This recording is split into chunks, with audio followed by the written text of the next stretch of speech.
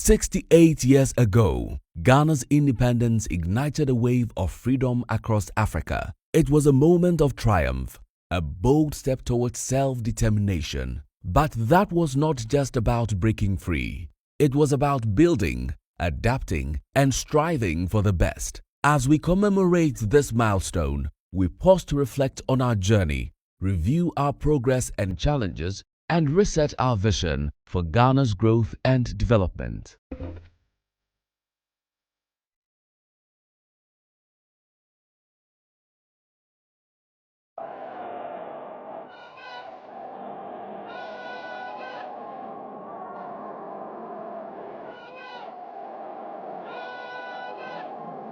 Every great nation has a beginning.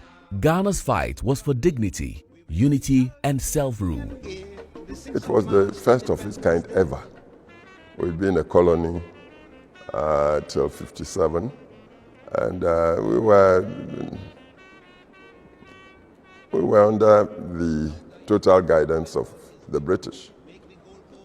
We used to do Empire Days to celebrate the special days of the Crown of Britain till 57, when at independence we started doing our own things. So you could imagine, if you could think back then, that it was such a new experience altogether. And as you know, Ghana was the first in all of sub-Saharan Africa to have become independent. And so, in a way, we were the pioneering nation of much of Africa in terms of breaking out of colonialism into independent states. So it was very exciting, especially for students and young people. Ghana's independence, as we all know, was a great event. It inspired a lot of hope on the continent, in our immediate neighborhood. We were a relatively small country, but I think that in terms of our influence, it is completely out of proportion to our size. And independence actually was one of the reasons, being the forerunner on the continent, and there's that place. And we inspired a lot of hope. This became a pilgrimage for a lot of Africans in Africa and outside of the continent. So we got visitors from the African American community, Malcolm X, Maya Angelou, W.E.B. Du Bois. They were all coming here for inspiration. So we did inspire a lot of hope for the liberation of the continent, but of black people everywhere. And the civil rights movement, it's important to state, happened just around the same time. So at the same time that we got our liberation from colonialism, that's when African Americans were also getting liberated and fighting for liberation in the US. So all of those things, I think, drew a lot of inspiration from Ghana. There's no doubt at all that Osagyefo Dr. Kwame Nkrumah, who led the struggle for national independence, became the inspirer of the national liberation movements throughout Africa and even the world. And Ghana contributed significant diplomatic and militarily for the success of other struggles for national liberation in Africa. Indeed, Ghana became the home of the liberation movements in Africa. There is a new African in the world.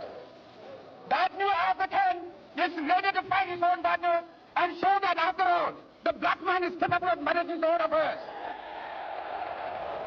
The foundation was laid, but the road ahead was not without obstacles.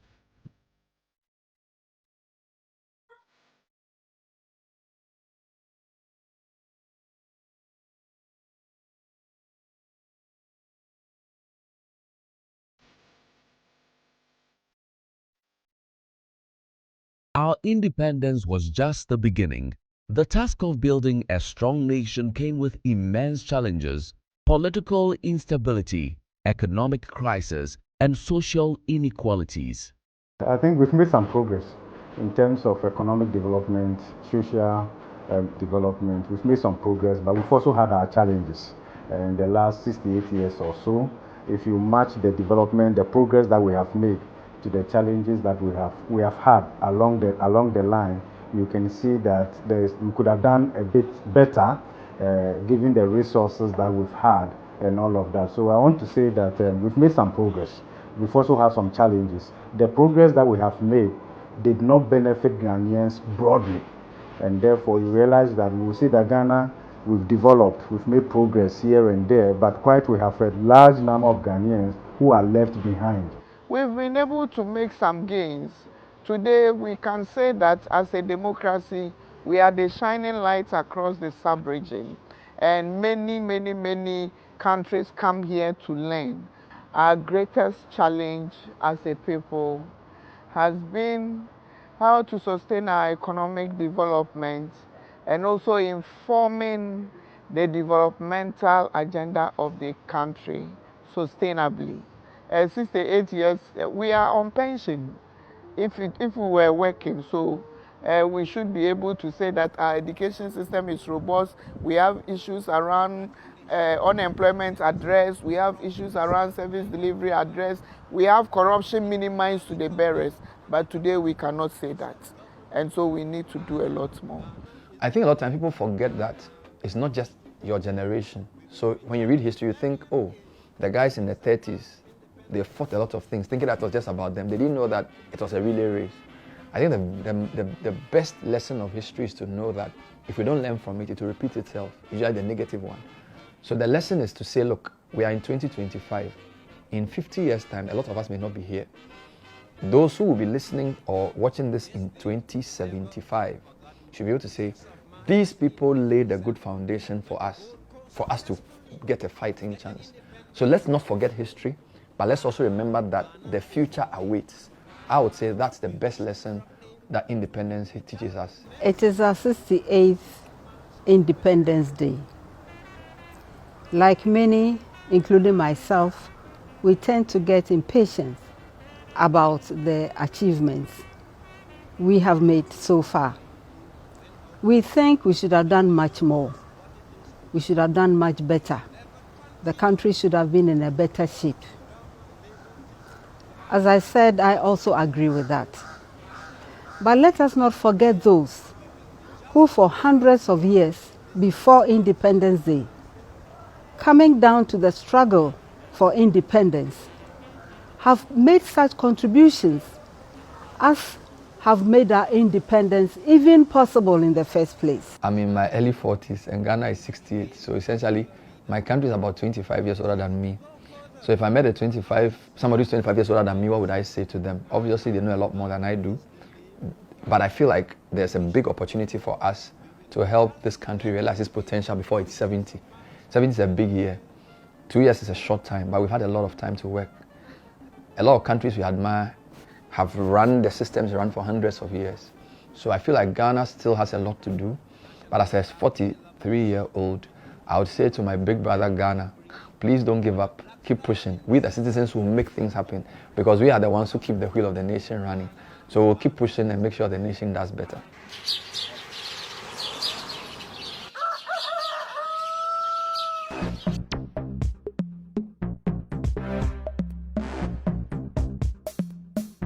Ghana stands at a pivotal moment in history.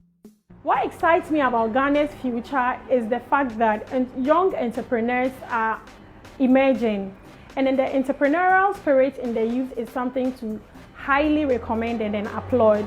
A lot of people are creating jobs, businesses, and also innovative ideas, problem solving through technology. I am so excited about Ghana's future because of the entrepreneurial spirit in the youth nowadays. Most young people are embracing technology to do wonders, like creating businesses, humanitarian works, and a whole lot. And this gives me hope. Young people over the years have contributed effectively to the building of this nation we have called Ghana. And globally, young people have contributed their quota to national or global development. Government must be intentional about young people.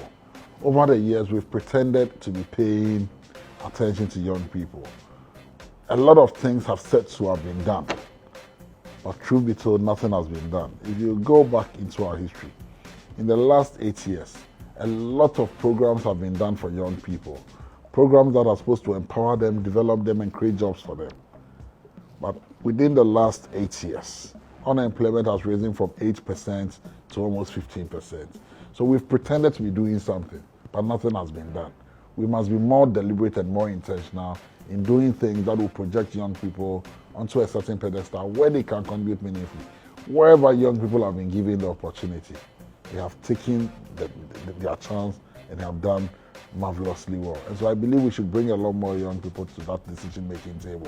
And we must be deliberate about it so we can push them all the way to the top. The spirit of Ghana's independence is alive in its youth. With determination, unity, and visionary leadership, Ghana is poised to achieve new heights. Going forward, it is our turn now. Let us ensure that we put things in place that allow subsequent generations to judge us better.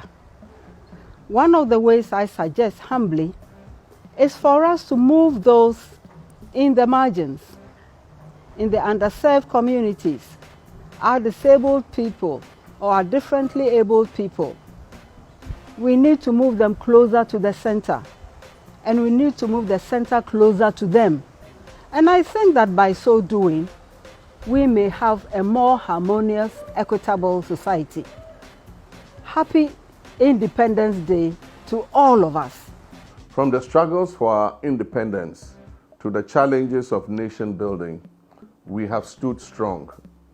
As we mark 68 years of freedom, let us take the opportunity to embrace a new era, one of reflection, review, and bold steps towards resetting our country for a brighter future. Ghana's story is still being written, and the best chapters are yet to come.